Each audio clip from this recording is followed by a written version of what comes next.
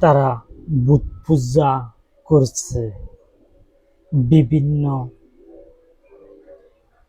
দেবতা বানাইতেছে। মানুষ কত বোকা, তারা বুত পূজা করে। তাদের শরিকেরা কিভাবে কথা বলবে? যাদেরকে তোমরা হাতে বানাইতেছ, তোমরা হাত দিয়ে তাদেরকে গঠন করতেছ,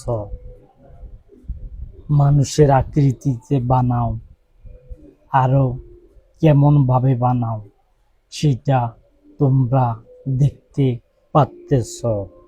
আবার তোমরা সেগুলোর কাছে মাথা নত করো। সেটা হলো বুত পূজা করো নাকি? এত পূজা আসলো কই থেকে?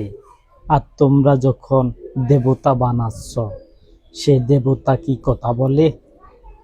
সে দেবতা কি হাত লাগতে পারে? তাদের পাও তাদের পাও কি লাগতে পারে? তাদের দেহ কি লাগতে পারে? তাদের কানে কি শুনতে পারে?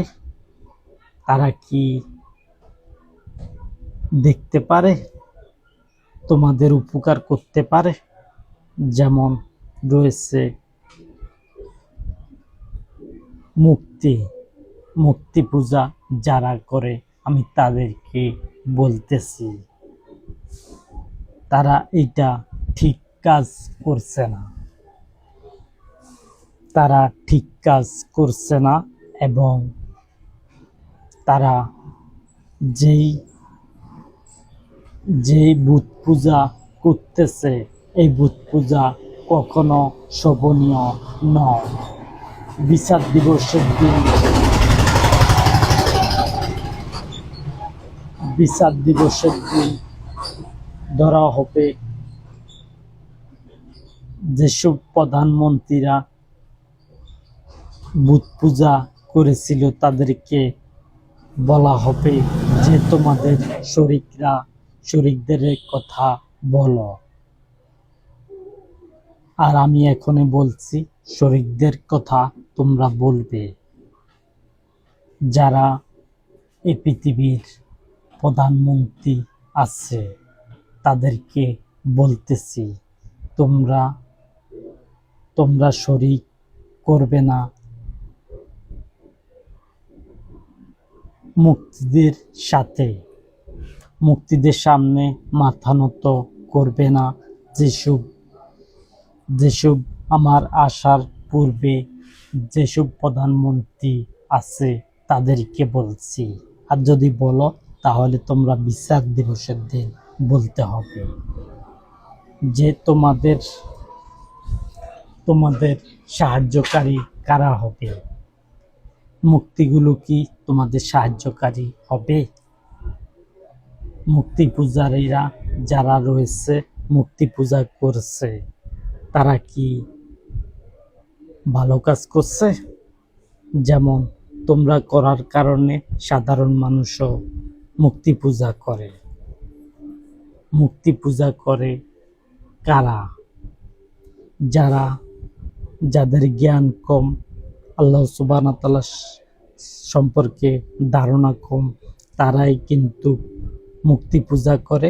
আর যারা মুক্তি পূজা সবাই করে না, যেমন মুসলমান ধর্মের মধ্যে মুক্তি পূজা করে না, আর বিভিন্ন ধর্মের মধ্যে মুক্তি পূজা করে। আর ইসলাম ধর্মের মধ্যে মুক্তি পূজা চলবে না। মুক্তি পূজা চলবে না ইসলাম ধর্মের মধ্যে। আর ভবিষ্যতে মুক্তিকে ছেড়ে দেওয়া, মুক্তিকে তোমরা বানাও, বানিয়ে তোমরা তাদের সামনে নতজানু হও। যখন নতজানু হও তখন তোমাদের কি উপকার করে? আবার তোমরা নিয়ে সাগরের মধ্যে যাত্রা ধরিয়া বুটবুটি খাওয়াও। যেই মূর্তিকে বানাইছো সেই মূর্তিকে বুটবুটি খাওয়াও। তাহলে কিরম হলো জিনিসটা? এক হলো মাথা নত করছ, দ্বিতীয়ত হলো পানির মধ্যে যেতে ধরছ, যেতে পানির তলে ডুবাইয়া দিচ্ছ। তাহলে কেমন হচ্ছে জিনিসটা? তোমরা কি ভেবে দেখেছ? অবশ্যই তোমরা ভেবে দেখো না।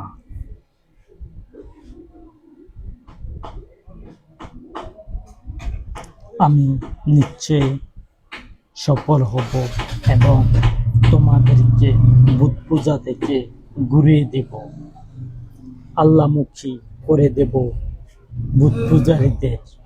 যারা বুত পূজা করছে তাদেরকে আমি ঘুরিয়ে দিব এবং তাদেরকে তারা যেন মূর্তি পূজা না করে। তাদেরকে ঘুরাবো ইসলামের দিকে। প্রত্যেক ধর্মের লোকেরা ইসলাম গ্রহণ করবে। যদি না করে তাহলে জোর নাই। কেউ যদি সরে যেতে চায় সরতে পারে। আমি তাদেরকে লেয়াজু করে আনছি না। যারা সরার তারা সরতে পারে। আর আমি বালা করে জানি কত পার্সেন্ট মানুষ বুত পূজা যেমন মূর্তি পূজা করে।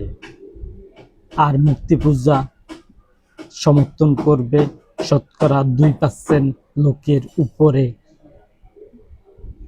মূর্তি পূজা যারা ভবিষ্যতে বিশ্বাস করে, ভবিষ্যতে যারা মূর্তি পূজা পাবে না, মুক্তি পাবে না পূজা করার জন্য। আর মুক্তি রাখা যাবে না, কোনো ঘরের মধ্যে মুক্তি রাখা যাবে না। যদি কেউ মুক্তি ঘরের মধ্যে রাখে তাহলে তার লাঞ্ছনাদায়ক সাজা হবে।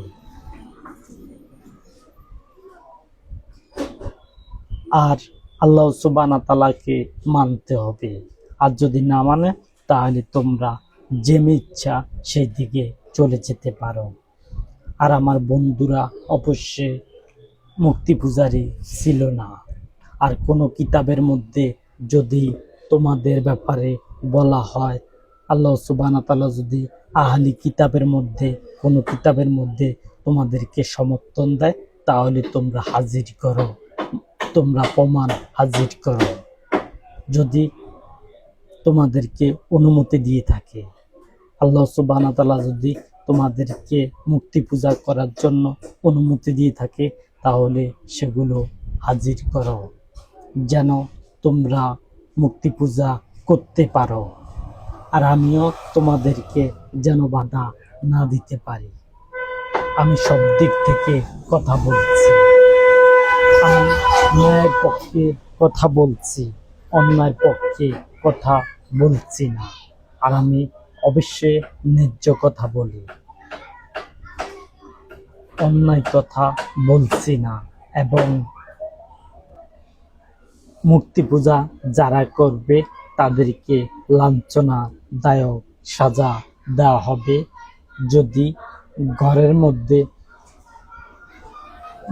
মধ্যে মূর্তির ছবি রাখা হয়, যেগুলো মাথার মধ্যে বহুত কিছু দেয় এবং যেগুলো হাতে বানায় তারপরে রাখে। আর যেমন রাখা যাবে তোমাদের ছবি, সেগুলো যদিও তোমাদের ছবি তোমাদের ঘরের মধ্যে টাঙিয়ে রাখতে পারবে, সেটার অনুমতি দেওয়া হলো। যেমন তোমাদের ছবি, তোমাদের মা বোনদের ছবি, কিন্তু হাতে যেগুলো তোমরা বানাও সেগুলোর ছবি ঘরে রাখা যাবে না।